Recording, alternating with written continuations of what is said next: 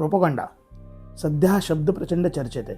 Fashion बनला आहे, एक प्रकारचा ट्रेंड बनला आहे आणि जो तो या ट्रेंडमध्ये स्वतःचा हात धुवू बघतो. आणि खास करून मनोरंजन क्षेत्रामध्ये गेली बरीच वर्ष ही गोष्ट प्रकर्षाने जाणवते. कोणी कलाकार म्हणतं देशाला 2014 नंतरच खरं स्वातंत्र्य मिळालं, तर कोणी इन्फ्लुएन्सर काल्पनिक कथेच्या लेबलखाली देशाच्या पंतप्रधानालाच दहशतवाद्यांचा म्होरक्या म्हणून संबोधतो. खरं तर सिनेमामुळे किंवा कुठल्याही कलाकृतीमुळे समाजात दोन वेगवेगळे मतप्रवाह निर्माण व्हायची ही काही पहिली वेळ नाही. याआधी असं होत होतं. फरक फक्त इतकाच होता, त्यावेळी एक्सप्रेस होण्याची संधी ही फार कमी लोकांना मिळायची. त्यावेळी आजच्यासारखं सगळ्यांच्या हातात स्मार्टफोन, स्वस्त इंटरनेट आणि सोशल मीडिया प्लॅटफॉर्म्स नव्हते. आता मात्र या तिन्ही गोष्टींमुळे या सगळ्याचा चिखल झालेला आपल्याला पाहायला मिळतोय. सिनेमा किंवा कुठलीही कलाकृती प्रदर्शित झाली की तिचा सोशल मीडियावर एक प्रॉपर पोस्टमॉर्टम होतो, जसं सध्या धुरंधरच्या बाबतीत होताना आपल्याला पाहायला मिळतंय. टू बी ऑनेस्ट, मला आता या सगळ्या गोष्टींचा उबग आलाय. आपण सगळेच कुठलीही कलाकृती मनसोक्त एन्जॉय करायचं विसरलोच होतो. सिनेमा किंवा नाटक कुठलंही येऊ, आपण त्यातून आपापला अर्थ काढतो आणि त्यावर वेगवेगळ्या चर्चा करायला सुरुवात करतो. आणि यातूनच प्रोपोगंडासारख्या नवीन शब्द आपल्या सगळ्यांच्याच ओठांवर रेंगाळायला लागलाय. आय नो, बऱ्याचशा लेखक दिग्दर्शकांनी सध्याची राजकीय परिस्थिती किंवा सत्तेत असलेला पक्ष यांचा आधार घेऊन या प्रवाहामध्ये आपले हात धुवून घेतलेत. पण आपणच आजकाल सगळ्याच सिनेमांकडे प्रोपोगंडाच्या नजरेतून बघायला लागलोय. हे कुठेतरी चुकतंय असं मला वाटतं. राज कपूर यांचे सिनेमे आऊट अँड आऊट लेफ्टिस्ट विचारांशी मिळते जुळते होते. गुरुदत्त यांच्या चित्रपटांमधून सामाजिक तसेच इतर विषयांवर भाष्य केलं जायचं. अहो, इतकंच काय, यश चोप्रा यांचा अँग्री यंग मॅन सुद्धा अशाच प्रोपोगंडामधून निर्माण झालाय. त्यावेळी लोकांकडे या चित्रपटांवर काथेकूट करायला वेळ होता का? मला हे अगदीच मान्य आहे की या सगळ्या स्लो पॉयझनमुळेच आज चित्रपटसृष्टीची ही अवस्था झाली आहे. पण आत्ता ह्या घडीला ज्या प्रकारचे सिनेमे येत आहेत त्यामुळे ही परिस्थिती बदलणार आहे का? कीर्तनाने समाज सुधारत नसतो की तमाशाने तो बिघडत नसतो, हे सगळे आपण कधी शिकणार आहोत देवास ठाऊक. सिनेमा हे माध्यम एका सॉफ्ट पॉवर टूलप्रमाणे यूज करायचं असतं, हे अगदी मान्य आहे. आणि आत्ता सध्या तसा वापर होतोय, यामध्येही मला काही प्रॉब्लेम नाही आहे. पण कोणत्याही कलाकृतीचा सर्वात मूळ मोटो असतो तो म्हणजे मनोरंजन.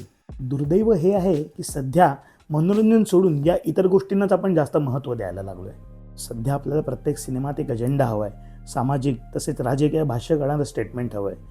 तसंच प्रत्येक सिनेमाने आपल्या देशाला रिप्रेझेंट करायला हवं, आपल्या कल्चरला ग्लोरिफाय करायला हवं. यापैकी कुठलीही गोष्ट मिसिंग असेल किंवा जरा 19-20 झालेलं असेल तर लगेच आपण त्या चित्रपटाला प्रोपोगंडा चित्रपट म्हणून नाव ठेवून मोकळं होतो. इतकंच नाही तर त्या मेकर्सना सुद्धा गद्दार किंवा अंधभक्त दिग्दर्शक म्हणूनही त्यांना हिणवतो. मला तर गेल्या कित्येक वर्षांमध्ये एखादा चित्रपट आपण मनमोकळेपणाने एन्जॉय केला असं आठवतच नाही आहे. इतका आपण या विशियस सर्कलमध्ये एका लूपमध्ये अडकत चाललो आहे. जातीय धार्मिक तेढ, विचारधारांमधलं युद्ध याशिवाय आजकाल कुठल्याही चित्रपटाची हाईपसुद्धा होत नाही. हे फार दुर्दैवी आहे. सध्याचा प्रेक्षक सुजाण झाला आहे, स्मार्ट झाला आहे, पण चित्रपटाच्या बाबतीमध्ये मनोरंजन ही गोष्ट मात्र त्याने एकदम लास्ट प्रायोरिटीवर ठेवली. द काश्मीर फाईल्स हा चित्रपट हिट झाला खरा, पण त्यानंतर आलेले त्याच धाटणीचे कित्येक चित्रपट हिट झाले का? स्पाय युनिव्हर्सच्या थुकरेट चित्रपटांनी बॉक्स ऑफिसवर मध्यंतरी चांगलाच धुमाकूळ घातला, पण आता धुरंधरने येऊन बॉक्स ऑफिसची गणितं पूर्णपणे बदलून टाकलीत की नाही? काळाप्रमाणे कलाकृती बदलते, माध्यमं बदलतात, टेक्निक बदलतं, पण या सगळ्याच्या कोरपाशी असणारं मनोरंजन मात्र तेच राहणार आहे ना. मला आजही राज कपूर यांचे सिनेमे खूप आवडतात. गुरुदत्त आवडतो, बच्चन यांचा अँग्री यंग मॅन सुद्धा आवडतो, आमिर खानचा रंग दे बसंती हा चित्रपट मला आवडतो, शाहरुख खानचा माय नेम इज खान किंवा चक दे इंडिया हे सिनेमे मला आवडतात, अक्षय कुमारचा बेबी हा सुद्धा सिनेमा मला आवडतो. पण याबरोबरच मला सध्याचे कांतारा सुद्धा आवडतो, सध्याचा उरी द सर्जिकल स्ट्राईक सुद्धा आवडतो किंवा नुकतंच प्रदर्शित झालेला धुरंधर सुद्धा प्रचंड आवडला आहे. हे सगळे सिनेमे, यातलं पॉलिटिकल स्टेटमेंट, यातला प्रोपोगंडा किंवा याची विचारधारा, हे सगळं मी बाजूला ठेवतो. कारण का माझ्यासाठी या सिनेमांचा सर्वात कुठला महत्त्वाचा भाग असेल तर तो मनोरंजन. सिनेमातून समाज प्रबोधन या गोष्टी वगैरे सगळ्या तुर्तास बाजूला ठेवल्या. जेव्हा मी 500 रुपयाचं तिकीट काढून एखादा चित्रपट पाहायला जातो ते माझी टेन्शन्स विसरण्यासाठी. मग तो चित्रपट मला काय प्रोव्हाइड करतोय हे माझ्यासाठी दुय्यम असतं. सर्वप्रथम मी तो चित्रपट पाहताना माझी सर्व टेन्शन्स विसरतोय ना, हे माझ्यासाठी महत्त्वाचं असतं. आणि त्यानंतरच त्यातून जे काही घेण्यासारखं असतं ते मी घेतो. तर बघायला गेलं तर प्रत्येक चित्रपटाचा एक ठराविक प्रोपोगंडा असतो, एक ठराविक फिलॉसॉफी असते आणि त्याचं एक ठराविक पॉलिटिक्ससुद्धा असतं. या सगळ्याच्या पलीकडे तो चित्रपट एंटरटेनमेंट या पॅरामीटरवर खरा उतरतोय का, हे माझ्यासाठी सर्वात महत्त्वाचं असतं.